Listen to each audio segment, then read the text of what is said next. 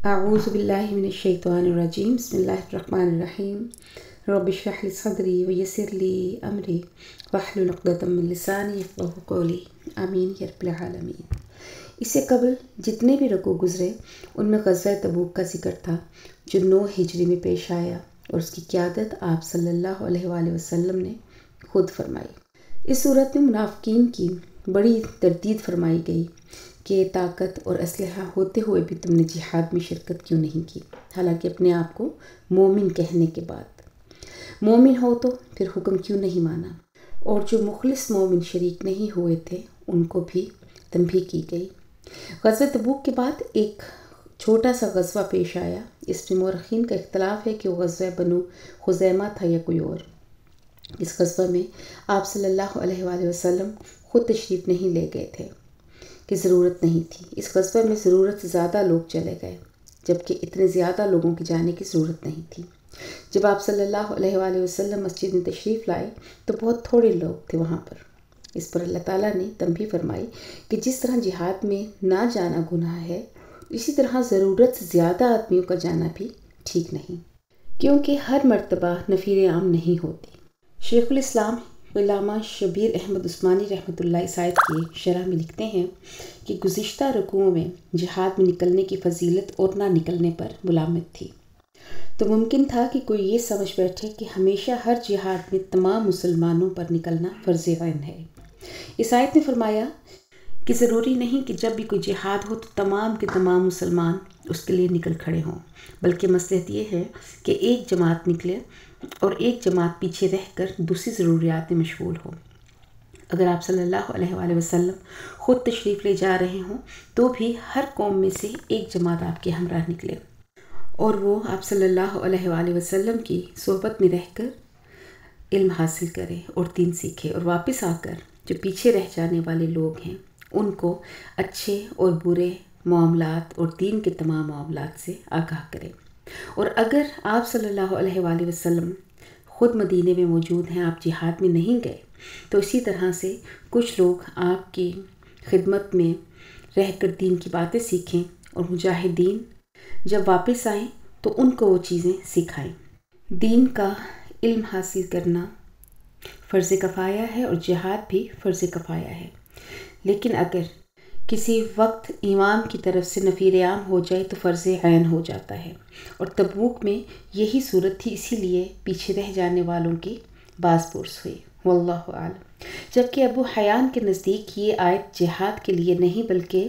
طالب علم کے بارے میں ہے کہ جہاد اور طلب کی آیات مناسبت یہ ہے کہ دونوں میں خروج فی سبیل اللہ ہے، یعنی کہ دونوں معاملات میں آپ کو نکلنا پڑتا ہے اللہ کی راہ میں، اور یہ دونوں کا جہاد کی مد میں آتے ہیں، یعنی ایک تلوار سے اور دوسرا زبان سے۔ تفسیر خازن میں حضرت ابن عباس رضی اللہ عنہ سے مروی ہے کہ قبائل عرب میں سے ہر قبیلے سے جماعتیں آپ صلی اللہ علیہ وآلہ وسلم کی حضور حاضر ہوتی اور وہ آپ سے دین کے مسائل سیکھتی، اور جب وہ اپنی قوم میں پہنچتے تو اعلان کر دیتے کہ جو اسلام لائے وہ ہم میں سے ہے، اور پھر تبلیغ اور دعوت کے ذریعے ان کو اسلام میں لے آتے۔ یہ رسول اللہ صلی اللہ علیہ وآلہ وسلم کا بہت بڑا معجزہ ہے کہ بالکل بے پڑھے لوگوں کو بھی تھوڑی دیر میں دین کے بہت سارے احکام کا عالم اور قوم کا ہادی بنا دیتے تھے۔ اس آیت سے چند مسائل معلوم ہوتے ہیں۔ ایک یہ کہ دین کا علم حاصل کرنا فرض ہے، اور جو چیزیں بندے پر فرض اور واجب ہیں وہ اس کے لیے ممنوع اور حرام ہیں، اور اس کا سیکھنا فرض عین ہے، اور اس سے زائد علم حاصل کرنا فرض کفایہ ہے، کیونکہ حدیث میں بھی ہے کہ علم سیکھنا ہر مسلمان پر فرض ہے، اور امام شافعی رحمۃ اللہ نے فرمایا کہ علم سیکھنا نفل نماز سے بھی افضل ہے۔ دوسرا مسئلہ یہ کہ ترمذی میں ہے کہ طالب علم کے لیے سفر کا حکم حدیث پاک میں ہے کہ جو شخص طالب علم کے لیے گھر سے نکلتا ہے اللہ اس کے لیے جنت کی راہ آسان کر دیتے ہیں۔ بخاری مسلم میں ہے کہ فقہ افضل ترین علم ہے۔ حدیث پاک میں بھی ہے کہ رسول اللہ صلی اللہ علیہ وآلہ وسلم نے فرمایا کہ اللہ تعالیٰ جس کے لیے بہتری چاہتے ہیں اس کو دین میں فقیہ بنا دیتے ہیں، اور میں تقسیم کرنے والا ہوں اور اللہ دینے والا ہے۔ نبی پاک صلی اللہ علیہ وآلہ وسلم کے ارشادات کی روشنی میں یہ بھی بیان ہوا کہ علم انبیاء کی وراثت ہے، کیونکہ انبیاء درہم اور دینار نہیں چھوڑتے، علم ہی ان کی وراثت ہوتا ہے، اور جو علم حاصل کرتے ہیں اور سکھاتے ہیں وہ انبیاء کے وارث ہیں، اور یہ بہت بڑا اعزاز ہے۔ اب آیات پڑھتے ہیں۔ اللہ پاک نے فرمایا مَا كَانَ الْمُؤْمِنُونَ، اور نہیں ہے مومنوں کے لیے لِيَنْفِرُوا كَافَّةً مناسب کہ وہ کوچ کر جائیں جہاد کے لیے سارے کے سارے۔ فَلَوْلَا نَفَرَ، پس کیوں نہ کوچ کیا، مِنْ كُلِّ فِرْقَةٍ ہر خاندان میں سے، مِنْهُمْ طَائِفَةٌ ان میں سے ایک گروہ، یعنی کچھ لوگ چلے جاتے اور کچھ لوگ پیچھے رہ جاتے، لِيَتَفَقَّهُوا فِي الدِّينِ تاکہ وہ دین کی سمجھ حاصل کریں، وَلِيُنذِرُوا قَوْمَهُمْ اور تاکہ وہ ڈرائیں اپنی قوم کو، اِذَا رَجَعُوا إِلَيْهِمْ کہ جس وقت کے واپس لوٹیں، لَعَلَّهُمْ يَحْذَرُونَ تاکہ وہ بچ جائیں، یعنی اللہ کی مخالفت سے۔ اگلی آیت میں بھی جہاد کا ذکر ہے، اور اس میں یہ بتایا جا رہا ہے کہ جو بھی کافر ملک آپ کے قریب ہو اس کے ساتھ آپ کو جہاد کرنا ہے۔ اللہ پاک فرماتے ہیں یا ایھا الذین آمنوا، اے لوگو جو ایمان لائے ہو، قاتلوا الذین یلونکم من الکفار، لڑو ان لوگوں کے ساتھ جو تمہارے قریب ہیں کافروں میں سے، ولیجدوا فیکم اور چاہیے کہ وہ پائیں تمہیں غلظہ سخت، یعنی ان کے لیے مسلمانوں کا رویہ نرم نہیں ہونا چاہیے، جیسے قرآن پاک میں دوسرے مقام پر بھی ہے کہ مسلمان کافروں پر سخت اور آپس میں بہت نرم مزاج ہوتے ہیں۔ وَاعْلَمُوا اور جان لو ان اللہ یہ کہ اللہ مع المتقین پرہیزگاروں کے ساتھ ہے۔ اس کے ساتھ اللہ تعالیٰ نے متقی کی شان یہ بھی بیان کی کہ جو لوگ اللہ سے ڈرنے والے اور پرہیزگار ہوتے ہیں اللہ ان کے ساتھ ہوتا ہے۔ آگے اللہ تعالیٰ نے منافقوں کی تردید فرمائی ہے، فرمایا وَإِذَا مَا أُنزِلَتْ سُورَةٌ کہ جس وقت اتاری جاتی ہے کوئی سورت، فَمِنْهُم مَّن يَقُولُ تو پس پاس ان منافقین میں سے مذاقاً یہ کہتے ہیں اَيُّكُمْ زَادَتْهُ کہ کون ہے تم میں سے کہ جس کا زیادہ ہوا ہے ہَٰذِهِ ایمانا اس سے ایمان، یعنی اس صورت سے کس کا ایمان زیادہ ہوا ہے، یہ تمسخر کے طور پہ مذاق اڑاتے ہوئے ایک دوسرے سے کہتے۔ اور اس کے برعکس مومنین کے بارے میں اللہ تعالیٰ فرماتے ہیں فَأَمَّا الَّذِينَ آمَنُوا پس جو لوگ ایمان لائے، فَزَادَتْهُمْ إِيمَانًا پس وہ ان کے ایمان کو زیادہ کرتی ہے، کہ جب بھی کوئی صورت نازل ہوتی، کوئی احکام نازل ہوتے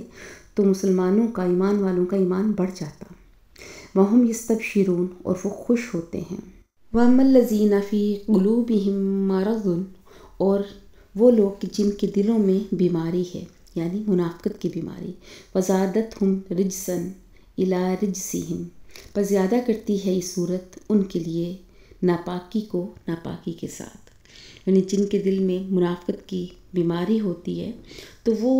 اپنی منافقت میں اور زیادہ بڑھ جاتے ہیں، وَمَاتُوا وَهُمْ كَافِرُونَ اور مرتے ہیں اس حال میں کہ وہ کافر ہوتے ہیں۔ اولا یرون اور کیا وہ نہیں دیکھتے، انہم یفتنون فی کل عام کہ بے شک وہ آزمائش میں ڈالے جاتے ہیں ہر سال، مرتن او مرتین ایک مرتبہ یا دو مرتبہ، کہ ان پر اللہ پاک آزمائشیں بھیجتے رہتے ہیں، کبھی سیلاب، کبھی گرمی، کبھی قحط کی صورت میں، یا کبھی کوئی مارکا پیش آ جاتا، لیکن پھر بھی وہ لوگ توبہ نہیں کرتے تھے کیونکہ ان کی فطرت بہت مسخ ہو چکی تھی۔ ثم لا یتوبون پھر وہ توبہ نہیں کرتے، ولا هم یذکرون اور نہ ہی وہ نصیحت حاصل کرتے ہیں، کیونکہ اللہ کی طرف سے جب بھی کوئی تکلیف آتی ہے تو وہ مومن کے لیے اس کی گناہوں کا کفارہ بن جاتی ہے۔ نبی پاک صلی اللہ علیہ وآلہ وسلم نے فرمایا، بخاری شریف کی روایت ہے کہ جب اللہ کسی بندے کے ساتھ خیر کا ارادہ فرماتے ہیں تو اس کو کسی نہ کسی تکلیف میں مبتلا کر دیتے ہیں اور وہ اللہ کے زیادہ قریب ہو جاتا ہے، جبکہ اس کے برعکس منافقین یا اللہ کے نافرمان کسی بھی تکلیف، کسی بھی آزمائش سے نصیحت نہیں حاصل کرتے۔ آگے اللہ پاک فرماتے ہیں وَإِذَا مَا أُنزِلَتْ سُورَةٌ اور جس وقت کوئی صورت نازل کی جاتی ہے، نَظَرَ بَعْضُهُمْ إِلَىٰ بَعْضٍ تو وہ دیکھتے ہیں ان میں سے بعض کی طرف، یعنی جب کبھی کسی جہاد، قتال یا صدقات کا کوئی حکم آ جاتا تو سب ایک دوسرے کی طرف دیکھنے لگ جاتے، هَلْ يَرَاكُم مِّنْ أَحَدٍ کہ کیا تم کو کوئی دیکھ رہا ہے، یعنی کوئی مخلص مسلمان تم کو نہیں دیکھ رہا، تاکہ ثُمَّ انصَرَفُوا تاکہ وہ کھسک جائیں وہاں سے۔ صرف اللہ قلوبہم، پھیر دیا اللہ نے ان کے دلوں کو، بِأَنَّهُمْ قَوْمٌ لَا يَفْقَهُونَ، اس لیے کہ یہ وہ قوم ہے جو نہیں سمجھتے۔ یہ آخری 2 آیات قرآن پاک کی عظیم ترین آیات میں سے ہے۔ اس میں آپ کی عظمت بیان کی گئی، کیونکہ نبی تو پہلے بھی آئے مگر اب سب نبیوں کے سردار آ گئے۔ اللہ پاک فرماتے ہیں لَقَدْ جَاءَكُمْ رَسُولٌ، البتہ تحقیق آیا تمہارے پاس رسول من انفسکم، تمہارے میں سے ہی، عزیز علیہ، جس کو گراں گزرتی ہے، ما عنتم، وہ چیز جو تمہیں مشقت میں ڈالے، حریص علیکم، وہ بہت ہی حریص ہے تم پر، یعنی ایمان اور نیکی کے لیے، بالمؤمنین رؤوف الرحیم، اور مومنوں کے ساتھ شفقت کرنے والے اور مہربان ہیں۔ فَإِن تَوَلَّوْا، بس اگر یہ لوگ پھر جائیں، یعنی پیغمبر کی اطاعت سے اگر وہ لوگ اعراض کریں تو پھر فَقُلْ حَسْبِيَ اللَّهُ، تو آپ کہہ دیں کہ مجھے اللہ ہی کافی ہے، لا الہ الا ہو، نہیں ہے کوئی معبود سوائے اس کے، علیہ توکلت، اسی پر میں نے بھروسہ کیا، وَهُوَ رَبُّ الْعَرْشِ الْعَظِيمِ، اور وہ رب ہے بہت بڑے عرش کا۔ اس آیت میں اللہ پاک اہل ایمان سے مخاطب ہیں کہ میں نے تم میں سے ہی ایک بہت عظمت والا رسول بھیجا ہے، تمہیں جو بات ناپسند ہوتی ہے، جس سے تمہیں تکلیف پہنچتی ہے، وہ میرے نبی پر بھی سخت تکلیف دہ ہوتی ہے۔ نبی صلی اللہ علیہ وآلہ وسلم چاہتے ہیں کہ سب لوگ ایمان لے آئیں، سب کی ایمانی حالت بالکل درست ہو جائے۔ میرے نبی کی شان یہ ہے کہ وہ ایمان والوں کے لیے بہت ہی مہربان اور کریم ہیں۔ آپ دین حنیف لے کر آئے، اللہ کی آخری شریعت لے کر آئے۔ آپ اپنے پیروی کرنے والوں کو مشقت اور سختی کے بجائے نرمی سے سمجھانا چاہتے تھے۔ جب آپ صحابہ کو اپنا کوئی نمائندہ بنا کر کسی مقام کی طرف روانہ کرتے تھے تو انہیں بھی ہدایت کرتے تھے کہ لوگوں کو متنفر نہ کرنا، انہیں خوشخبریاں سنانا، لوگوں کے ساتھ آسانی والا معاملہ کرنا، انہیں کسی مشکل میں نہ ڈالنا۔ یہاں اس آیت میں جو حریص کا لفظ استعمال ہوا،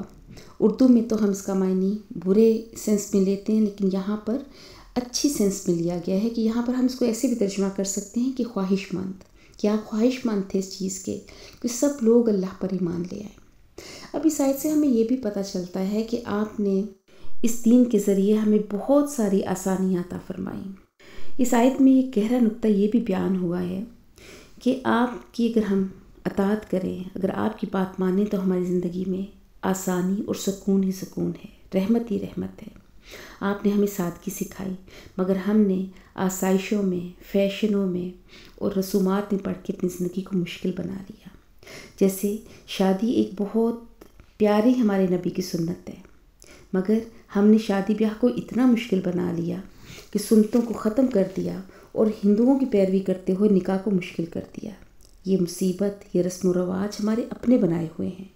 اسی طرح سے اگر آپ موت کو بھی دیکھ لیں تو یہ چہلم، کل، برسیاں، یہ سب کچھ ہم نے بنا کر آج موت کو بھی مشکل بنا دیا۔ ہم نے شرم و حیا کا جنازہ نکال دیا، ہم نے اپنی زندگی کو خود مشکل بنا لیا۔ اللہ پاک نے آپ کو وَمَا أَرْسَلْنَاكَ إِلَّا رَحْمَةً لِّلْعَالَمِينَ بنا کر بھیجا، مگر ہم نے آپ کے احکامات سے منہ موڑ کے اپنی زندگی کو انتہائی مشکل کر لیا ہے۔ اور ایسے ہی لوگوں کے لیے اللہ نے پھر سورت کے آخر میں کہا کہ اگر یہ لوگ آپ کی شریعت سے منہ پھیر لیں تو پھر کہہ دیں کہ مجھے اللہ ہی کافی ہے، اس کے سوا کوئی معبود نہیں، اور میرا تمام بھروسہ اللہ کی ذات پر ہے۔ آج کے ہی سبق میں یہ بھی بیان ہوا کہ قرآن کا آنا کسی کے تو ایمان میں اضافہ کرتا ہے، کسی کو خوشیوں میں بڑھا دیتا ہے، اور کچھ کے کفر میں اضافے کا باعث بنتا ہے۔ تو آج میں اور آپ بھی اپنے دل سے پوچھیں کہ ہمارے دل کی کیا کیفیت ہے؟ کیا قرآن سیکھنے سے ہمارا ایمان بڑھتا ہے یا کم ہوتا ہے؟ اللہ پاک سے دعا ہے کہ اللہ پاک اس قرآن کو ہمارے لیے خوشیوں کا اور رحمتوں کا باعث اور ذریعہ بنائے۔ اللہ پاک پر توکل کے اعتبار سے اپنی ذات پر یقین ہمیں عطا فرمائے، اور آپ صلی اللہ علیہ وآلہ وسلم کی سچی محبت، ان کی قدر کرنے اور آپ صلی اللہ علیہ وآلہ وسلم کی تعلیمات پر عمل کرنے کی توفیق عطا فرمائے۔ وآخر دعوانا ان الحمد للہ رب العالمین۔